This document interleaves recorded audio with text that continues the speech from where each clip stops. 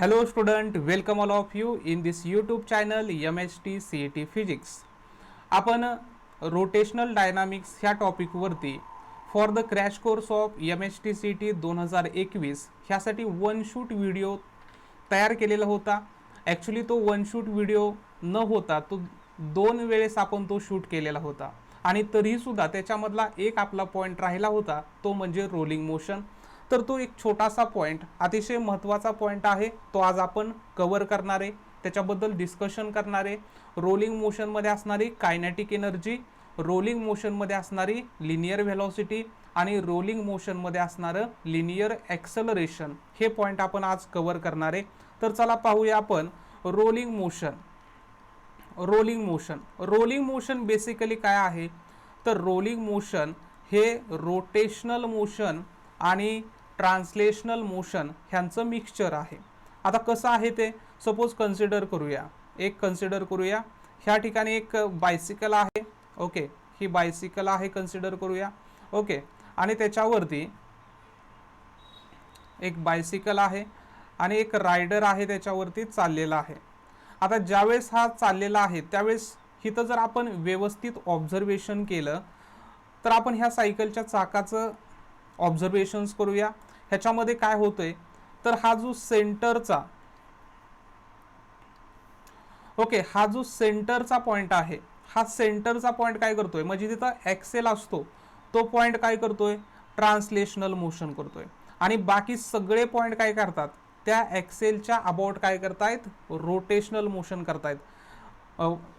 Point circular motion आणि ते पूर्ण चाक काय करणार आहे, रोटेशनल मोशन करणार आहे. बरोबर आहे. आपल्याला माहिती आहे की ज्यावेळेस एखादी बॉडी ॲक्सिसच्या अबाउट रोटेट होत असते त्यावेळेस सगळे जे पॉईंट्स आहेत हे सगळे पॉईंट सर्क्युलर मोशन करतात.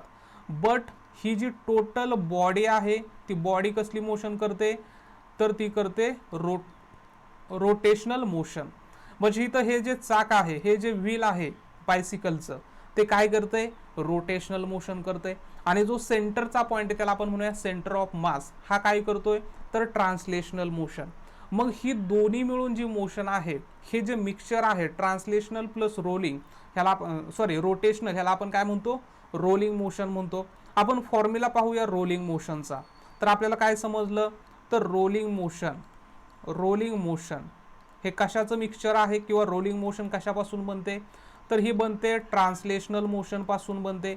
Okay, translational plus rotational motion पासून बनते. मग आपल्याला फाइंड आउट करायची kinetic energy of a rolling motion. तर त्याला आपण म्हणूया कायनेटिक एनर्जी कोणाची पाहिजे आपल्याला, तर रोलिंग मोशनची पाहिजे. इक्वल टू कायनेटिक एनर्जी आपण ट्रान्सलेशनल मोशनची घेऊया टी म्हणूया त्याला, आणि kinetic energy of the rotational त्याला मी म्हणतो ROT. तर कायनेटिक एनर्जी ऑफ रोलिंगला बऱ्याच टेक्स्टबुकमध्ये आपण टोटल कायनेटिक एनर्जी म्हणतो. ओके, ॲक्च्युली पण ती काय असते, तर total kinetic energy of rolling motion. Translational kinetic एनर्जीचा फॉर्म्युला आपल्याला माहिती आहे. तो फॉर्म्युला काय आहे, 1/2 mv². ओके, आणि त्याचबरोबर कायनेटिक एनर्जी ऑफ रोटेशनल ह्याचा पण फॉर्म्युला आपल्याला माहिती आहे. तो फॉर्म्युला आहे I⍵². आय होप तुमचे फॉर्म्युले सगळे पाठ असतील. पण आता ह्याच्यामध्ये आपण थोडंसं मॉडिफिकेशन करूया. काय मॉडिफिकेशन करूया, की हा जो मोमेंट ऑफ इनर्शियाचा फॉर्म्युला आहे तो in terms of radius of gyration लिहूया. बट आपल्याला आयचा फॉर्म्युला काय माहिती आहे, mk². म्हणजे ह्या इक्वेशनमध्ये आपण आयच्या ठिकाणी पुट काय करणार, mk². आणि त्याचबरोबर ओमेगा इक्वल टू काय माहिती आहे, V/R. कारण एक रिलेशन माहिती आहे आपल्याला, relation between linear velocity and angular velocity, V=R⍵. त्याच्यावरून आपण omega equal to V/R put केला. तर ह्या व्हॅल्यूज आपण अबव इक्वेशन्समध्ये पुट केल्यानंतर काय होते, तर 1/2 mv² प्लस 1/2 आयच्या ठिकाणी आपण पुट करूया mk², आणि ओमेगाच्या ठिकाणी आपण पुट करणार आहोत V/R, आणि त्याचा स्क्वेअर केला तर डायरेक्ट मी इथं टर्म लिहितो, काय होईल, V²/R². आता ह्याच्यामध्ये आपण काय करूया, तर दोन्ही 1/2 mv² कॉमन काढूया. 1/2 mv² कॉमन काढला तर शिल्लक काय राहील 1 + k² अपॉन r² शिल्लक राहील. आणि ही जी झाली ह्या एनर्जीला आपण म्हणणार आहे kinetic energy, total kinetic energy. पण कोणाची total kinetic energy? Kinetic energy of a rolling motion. Simple formula, हा लास्टचा फॉर्म्युला तुमच्या लक्षात राहिला पाहिजे. त्याच्यानंतर पाहूया आपण लिनियर व्हेलॉसिटी. लिनियर व्हेलॉसिटीचा फॉर्म्युला आपण पाहणार आहोत. लिनियर व्हेलॉसिटी इन कशामध्ये? In rolling motion. रोलिंग मोशनमध्ये लिनियर व्हेलॉसिटी काय असते? ठीक आहे, सिंपल फॉर्म्युला आहे ह्याचा पण. तर त्यासाठी एक मी डायग्राम ड्रॉ करतो. डायग्राममध्ये काय करतो की हा एक सरफेस घेतो, त्याच्यानंतर हा एक इन्क्लाइंड सरफेस आहे, ह्या दोघांमध्ये अँगल आहे थीटा.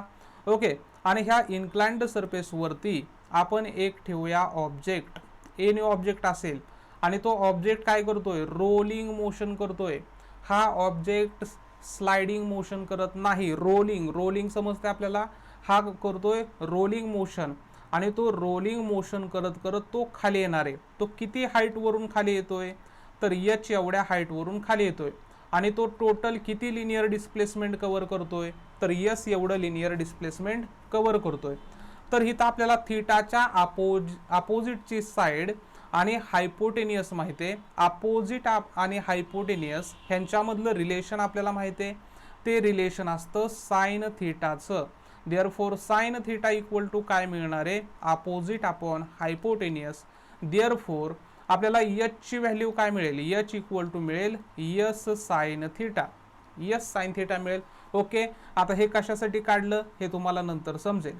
इथं h equal to s sine theta आपल्याला मिळेल. आपल्याला फाइंड आउट करायचे आहे लिनियर व्हेलॉसिटी. आता ज्यावेळेस ऑब्जेक्ट हा वरून टॉप पोझिशन पासून बॉटम पोझिशनकडे येतोय त्यावेळेस काय होतंय? तर त्याची पोटेन्शियल एनर्जी लॉस होते. आणि जेवढी पोटेन्शियल एनर्जी त्या ऑब्जेक्टची लॉस होते खाली येताना, तेवढीच त्याची कायनेटिक एनर्जी गेन होते. म्हणजे आपण इथं म्हणू शकतो का की loss in potential energy. Okay, loss in potential energy equal to gain in kinetic energy. म्हणजेच त्याला आपण म्हणू शकतो चेंज इन पोटेन्शियल एनर्जी.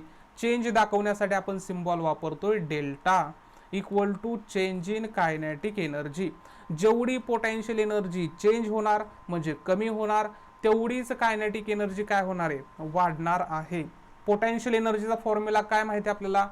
तर mgh. आता ह्याच्यामध्ये मी कॅपिटल M मीन्स घेतो mass of the object, g acceleration due to gravity, आणि हाईट किती आहे? h एवढी हाईट आहे. आता ही जी कायनेटिक एनर्जी आहे ही कोणती घेणार? तर हा जो ऑब्जेक्ट आहे तो रोलिंग मोशन करतोय, म्हणजे आपल्याला कायनेटिक एनर्जी कोणती घ्यावी लागेल? Rolling मोशनची.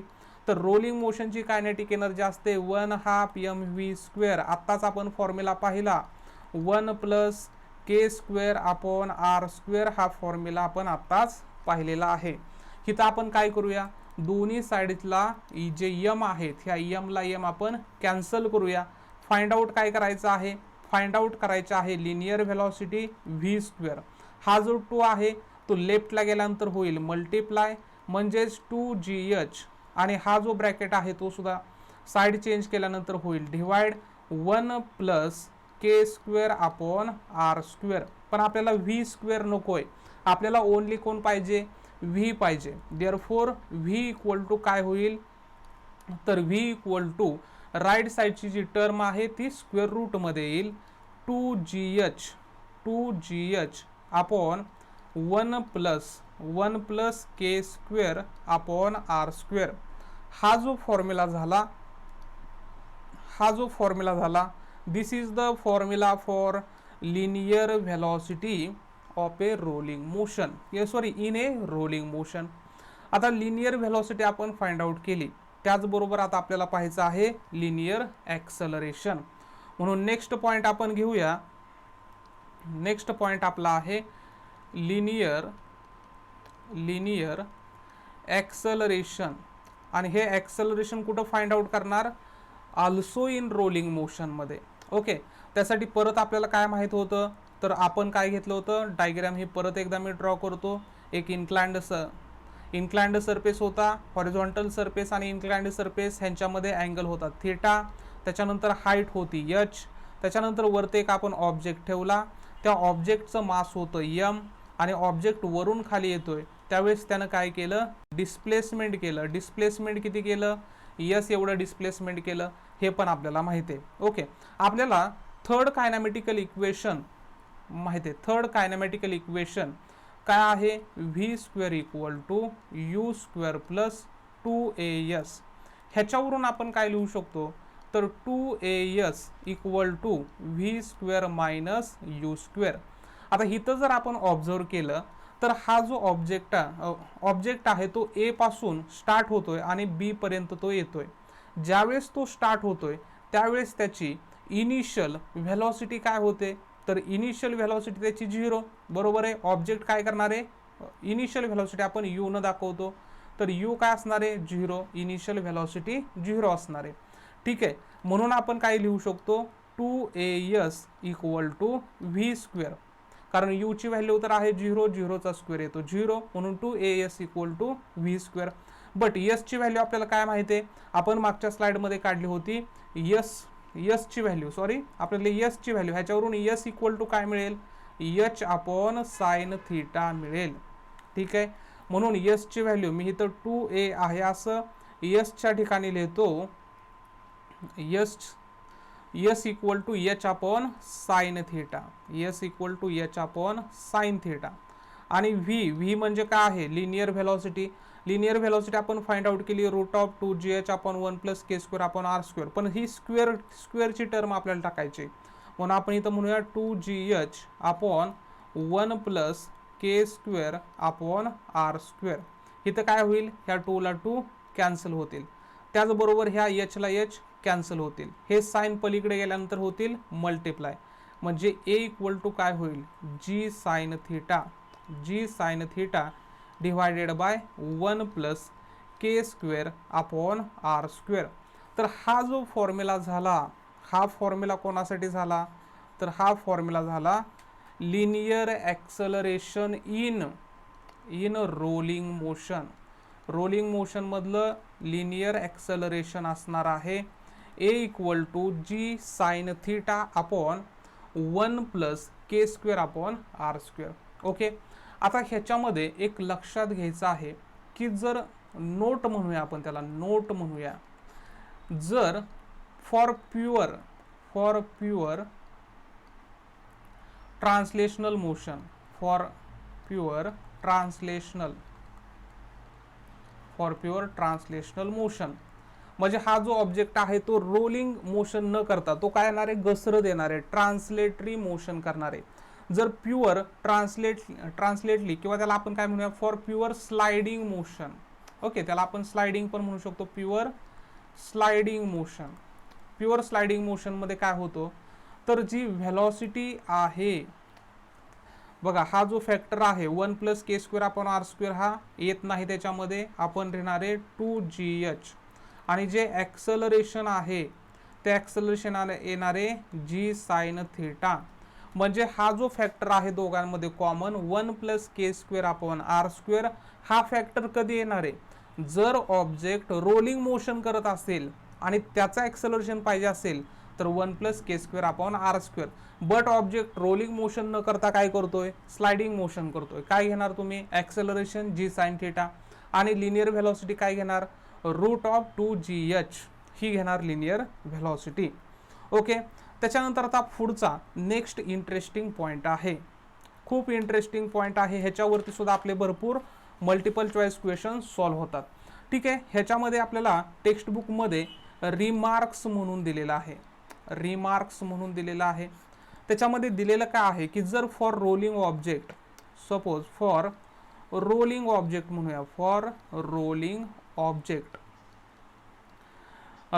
If moment of inertia is mi is, suppose आपण एखाद्याचा मोमेंट ऑफ इनर्शिया काय घेऊया, n इंटू mr स्क्वेअर. तर हा जो n आहे, हा n काय करतो, व्हेअर एन डिनोट्स, ह्या एनची व्हॅल्यू काय असते तर k square upon R square असते. म्हणजे कोणत्याही ठिकाणी जर तुम्हाला moment of inertia n into m R square दिला असेल, n into m R square दिला असेल, तर ही हा एन म्हणजे कोण असतो तर के स्क्वेअर अपॉन आर, के स्क्वेअर अपॉन आर स्क्वेअर. हा के स्क्वेअर म्हणजे कोण आहे, के स्क्वेअर म्हणजे आहे रेडियस ऑफ गायरेशन आणि आर म्हणजे कोण आहे रेडियस ऑफ द ऑब्जेक्ट. आता सपोज फॉर एक्झाम्पल एक ऑब्जेक्ट आपण कन्सिडर करूया. ऑब्जेक्ट आपल्याला पहिल्यांदा दिलेला आहे solid sphere. For solid sphere आपण घेऊया सॉलिड स्पियर. सॉलिड स्पियरचा moment of inertia, solid sphere कसा घेतो आपण, हा घेऊया आपण सॉलिड स्पियर. आणि ॲक्सिस कुठून पास झालेला आहे, ॲक्सिस सपोज कन्सिडर करा सेंटर ऑफ मासमधून पास झालेला आहे. डायग्रॅम व्यवस्थित एवढी जमलेली नाही, पण कन्सिडर करा हा कोण आहे एक स्पियर आहे आणि ह्या स्पियरच्या सेंटर ऑफ मासमधून एक ॲक्सिस गेलाय आणि त्याचा जो मोमेंट ऑफ इनर्शिया आहे त्याला आपण म्हणतो I C. I C means axis passing through the centre of inertia. म्हणजे moment of inertia about an axis passing through the centre of mass, त्याला आपण काय म्हणतो आय सी म्हणतो. तर आय सीचा जो फॉर्म्युला आहे तो फॉर्म्युला असतो 2/5 एम आर स्क्वेअर. कोणासाठी घेतो आपण, सॉलिड स्पियरसाठी घेतो. बट आपल्याला मोमेंट ऑफ इनर्शियाचा formula in terms of radius of gyration M K square माहिती आहे. म्हणून ह्याला जर आपण इक्वेशन नंबर 1 दिलं आणि ह्या आयच्या ठिकाणी आपण पुट केलं M K square equal to कोण आहे 2/5 एम आर स्क्वेअर. ओके, दोन्ही साईडच्या एमला एम कॅन्सल होतील. आर स्क्वेअर हा लेफ्ट साईडला आल्यानंतर डिवाइड होईल. म्हणजे K square upon R square equal to कोण मिळेल 2/5. आणि हा जो K square upon R square आहे त्यालाच आपण काय म्हटलं इथं एन म्हटलेलं आहे. म्हणजे स्मॉल एन इक्वल टू काय मिळाला 2/5 मिळाला. म्हणजे हा जो एन आहे ह्या एनलाच काय म्हणायचं के स्क्वेअर अपॉन आर स्क्वेअर. आणि जर आपण सॉलिड स्पियर घेतला सॉलिड स्पियर, तर सॉलिड स्पियरसाठी के स्क्वेअर अपॉन आर स्क्वेअरची व्हॅल्यू काय असते 2/5. म्हणजे सपोज तुम्हाला फक्त हा फॉर्म्युला जर माहीत असेल तर एम आर स्क्वेअरला ज्यानं मल्टिप्लाय केले, इथं एम आर स्क्वेअरला मल्टिप्लाय कोणी केले 2/5 तर 2/5 ही काय झाली एन कोणासाठी सॉलिड स्पियरसाठी झाली. सपोज फॉर एक्झाम्पल आपण दुसरं एक्झाम्पल घेऊया. ओके, आपण एक्झाम्पल घेऊया फॉर रिंग घेऊया. रिंग और त्याला आपण काय म्हणणार आहे रिंग किंवा त्याला आपण म्हणणार आहे होलो सिलेंडर आणि रिंग हे सेम असतात. म्हणजे फॉर एक्झाम्पल रिंग आपण अशी घेतो, रिंग घेतली, हा जो ऑब्जेक्ट आहे ह्या ऑब्जेक्टला आपण म्हणणार आहोत रिंग. आणि होलो सिलेंडर कसा असणार आहे तर हा सिलेंडर, होलो म्हणजे पोकळ. ओके, हा होलो सिलेंडर आहे. तर होलो सिलेंडर आणि रिंग हे काय असणार आहेत सेम, कारण रिंग वरती रिंग ठेवलं तर काय झाला होलो सिलेंडर तयार झाला. तर होलो सिलेंडर किंवा थिन रिंगसाठी जो मोमेंट ऑफ इनर्शिया आहे त्याचा जो फॉर्म्युला आहे अबाउट द आय सी म्हणजे axis passing through the centre of मास, किंवा इथं ॲक्सिस असा पास होईल तर ह्याचा जो मोमेंट ऑफ इनर्शिया आहे तो असतो m R square. Okay, m R square. तर इथं एम आर स्क्वेअरला मल्टिप्लाय कोणच नाही म्हणजे कोण असतं तर 1 असतो. म्हणजे इथं आपण काय घेणार हियर एनची व्हॅल्यू काय घेणार 1. आणि एन म्हणजेच कोण असतो, एन म्हणजेच असतो K square upon R square equal to 1. आता ते आहे का खरं आपण चेक करूया. सपोज आपल्याला काय माहिती आहे मोमेंट ऑफ इनर्शियाचा फॉर्म्युला काय माहिती आहे एम के स्क्वेअर. मग ह्या इक्वेशन नंबर 1 मध्ये आपण आय सीच्या ठिकाणी पुट काय केलं M K square equal to left साईडला कोण आहे राईट साईडला कोण आहे एम आर स्क्वेअर. दोन्ही साईडचे एमला M cancel. K square upon R square equal to काय होईल 1. आणि के स्क्वेअर अपॉन आर स्क्वेअरलाच आपण काय म्हणतो एन म्हणतो. म्हणजे एनची व्हॅल्यू 1 झाली. कोणासाठी रिंग असेल किंवा होलो सिलेंडर असेल ह्याच्यासाठी एनची व्हॅल्यू झाली 1. सपोज आपण दुसरा ऑब्जेक्ट घेतला, ठीक आहे, कन्सिडर करूया. प्रॅक्टिस हे खूप महत्त्वाचं आहे. आपण सपोज ऑब्जेक्ट घेतला युनिफॉर्म डिस्क, ठीक आहे, ऑब्जेक्ट घेऊया आपण युनिफॉर्म डिस्क घेऊया. युनिफॉर्म डिस्क किंवा त्याला आपण काय म्हणणार आहे सॉलिड सिलेंडर म्हणणार आहे. सॉलिड सिलेंडर, कारण युनिफॉर्म डिस्क पासूनच काय बनतो सॉलिड सिलेंडर बनतो. युनिफॉर्म डिस्क आपण कशी घेतो तर ही घेतली आपण युनिफॉर्म डिस्क. हे असणारे युनिफॉर्म डिस्क. आणि ह्या डिस्कवरती जर डिस्क आपण ठेवत गेलो तर तो काय बनणार आहे, एक सॉलिड सिलेंडर. सॉलिड सिलेंडर म्हणजे एक भरीव सिलेंडर. भरीव माहिती आहे आपल्याला, पोकळ आणि भरीव.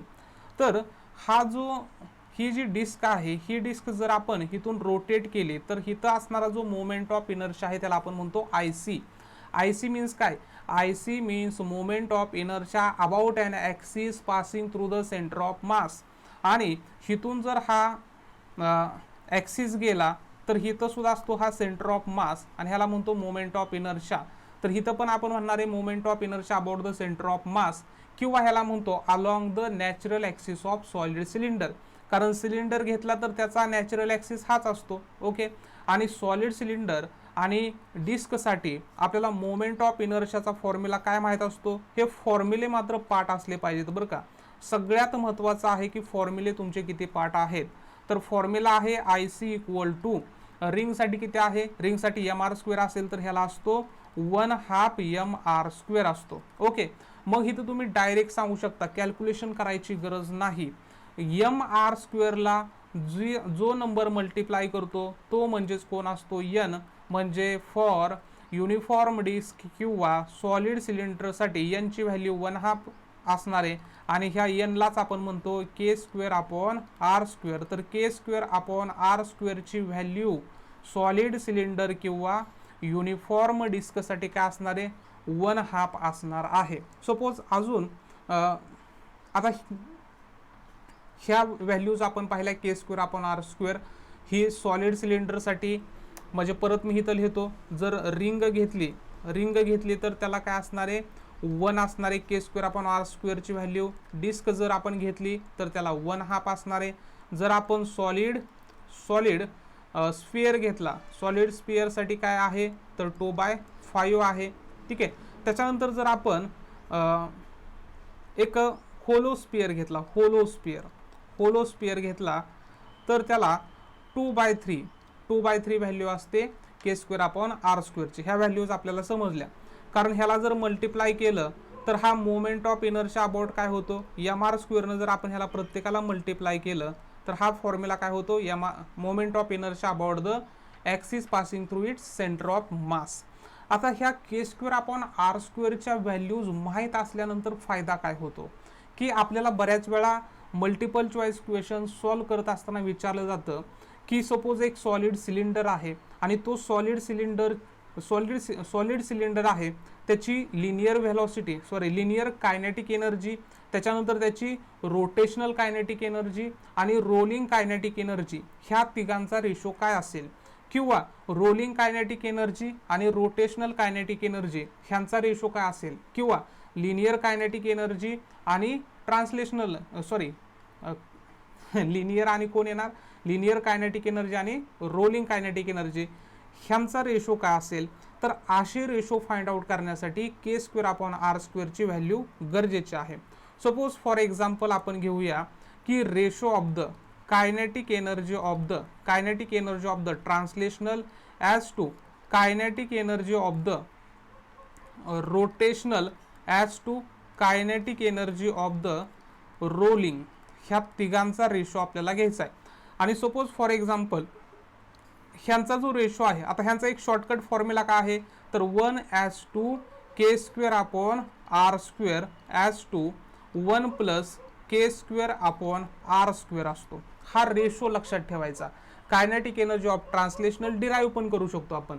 Kinetic energy of translational as to kinetic energy of rotational as to kinetic energy of rolling, ratio असतो 1 + k²/r². आता सपोज फॉर एक्झाम्पल इथं जे टेक्स्टबुकमध्ये आपल्याला दिलेलं आहे तेच एक्झाम्पल घेऊया. आपण घेऊया होलो स्पिअर कन्सिडर करूया. होलो स्पिअरचं एक्झाम्पल. तर होलो स्पिअरसाठी मोमेंट ऑफ इनर्शियाचा फॉर्म्युला काय असतो, अबाउट द सेंटर ऑफ मास, तर 2/3 mr² असतो. 2/3 mr² असतो. जर असा असेल तर आपल्याला माहिती आहे n ची व्हॅल्यू काय असणार आहे, 2/3 असणार आहे. आणि ह्या n लाच आपण काय म्हणतो, k²/r² म्हणतो. तो किती असणार आहे, 2/3. मग इथं आपण ह्याचा जर रेशो काढला तर 1 च्या ठिकाणी 1 ॲज इट इज. k²/r² ची व्हॅल्यू काय घेणार आपण, 2/3. As to 1 plus k square आपण आर स्क्वेअरची व्हॅल्यू 2/3. इथं जर कॅल्क्युलेशन केलं 3 1 3 3 5 5 भागिले 3, इथं येणारे 2/3 आणि इथं 1. आता तिघांचा जर छेद आपल्याला सेम करायचा असेल तर आपण इथं 3/3 इंटू 2/3 इंटू 5/3 करू शकतो. म्हणजेच आपल्याला रेशो काय मिळाला 3:2 2:5 असा रेशो मिळाला. कशाचा? Kinetic energy of translational as to kinetic energy of rotational as to kinetic energy of rolling. आपल्याला हे तिघांचा रेशो विचारतील, दोघांचा विचारतील, कोणत्याही दोघांचा रेशो विचारतील आणि ऑब्जेक्ट सुद्धा आपल्याला डिफरंट देतील. तर ह्याच्यावरून आपल्याला सगळे कॅल्क्युलेशन्स करता येतील. तर ह्या ठिकाणी मात्र आपला पूर्ण topic for the crash course of 2021 साठी पूर्ण झालेला आहे. आय होप हे तुम्हाला समजलं असेल. जर तुम्हाला कोणते डाऊट असतील तर कमेंट बॉक्समध्ये नक्की डाऊट तुम्ही विचारायचे आहेत. आपण डेली लाईव्ह 4 PM ला येत असतो. डेली 4 PM ला आपण लाईव्ह येत असतो. त्या लाईव्ह लेक्चरला तुम्ही प्रेझेंट राहायचं आहे, तुमचे डाऊट क्लिअर करायचे आहेत. व्हिडिओ जर आवडला असेल तर व्हिडिओला लाईक करायचा आहे, व्हिडिओ शेअर करायचा आहे. Okay, thank you all of you.